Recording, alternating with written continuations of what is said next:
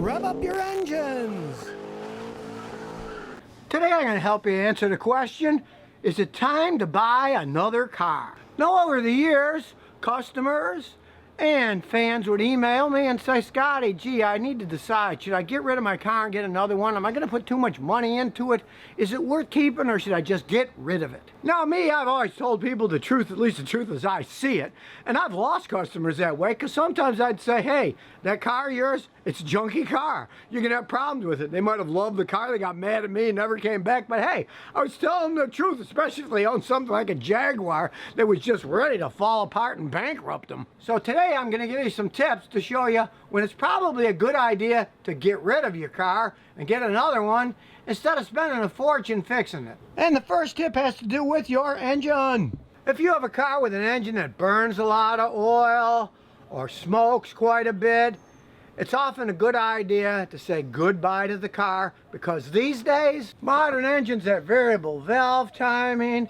They're much fancier than they used to be. In order to rebuild them correctly, it requires an extremely large amount of money, and even then, a lot of guys don't do a very good job rebuilding them. So if you've taken care of your car, changed your oil and filter regularly, but eventually the engine just starts to flat wear out, hey, that's generally a time to say goodbye to the car and find another. Because really, in my history, if I had a car that was just flat worn out, I found it was cheaper to buy a good used car that had a good engine in it than it would be to repair or replace the old engine in the car that was worn out. Now it gets really hot here in Houston in the summer, of course, and I had a customer once with a 280ZX Nissan, and the air conditioning stopped working, and I showed him that it was going to cost him over $2,500 to repair the air conditioning. So I said, why don't you just get another used Nissan instead? So he went out and he bought a used 280ZX that had 60,000 miles less than the one he already had,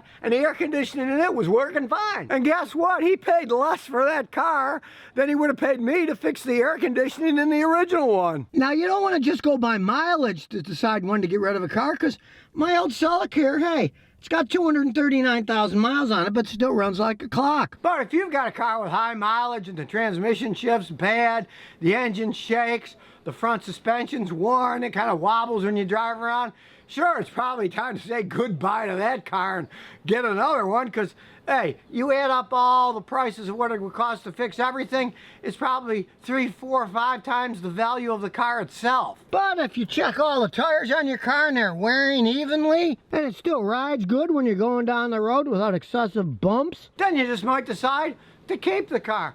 Heck, modern cars, they're all computerized. They have an overuse of plastic parts. There's no way that any modern car is going to last 20, 30 years like this old Celica. But now I'm coming to the subject of rust. As Neil Young sang, rust never sleeps. If you live someplace where it rusts a lot, especially the rust belt, once steel starts rusting, it rusts from the inside out, it's all over. Everything's just self-destructing. I remember when I was a kid growing up in Niagara Falls, we had a 52 Ford Fairlane. It was so rusty that water got into the floorboards, and in the back seat, in the winter, it would freeze, and we would pretend we're ice skating in the back seat of the car playing hockey games. Now that car was in its death row. Rust was everywhere.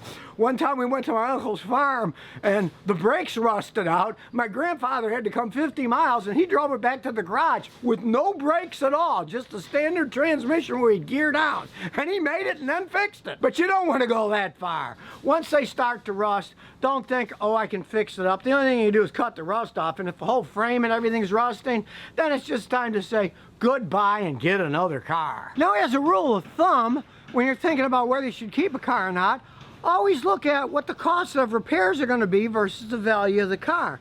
Never put more money into the car than the car is worth, unless it's a sentimental thing for you, and then really, you're not being logical then. As an example, this beat up Hyundai with dents and rust and pieces falling off of it, it needs over $2,000 of power steering work done to it. So, customer, he's just gonna drive it around without power steering, and when he gets sick of that, he's just gonna junk the car. Just realize sometimes, hey, it's a better idea to just say goodbye and start over again. Now the last tip has to do with car wrecks. If you have the misfortune of getting in a rather large car wreck, take my advice. Take the insurance buyout rather than fix a giant wreck. Because once they're in a giant wreck, I've had more customers say, Scotty, I wish I would have never had that car fixed. It's been nothing but problems since I got it back. Take the buyout, get another car if you're in a big wreck. But sometimes, like this Matrix, sure, it's 11 years old, but it's got plenty of life in it. Now you know how to tell the difference. So if you never want to miss another one of my new car repair videos, remember to ring that bell.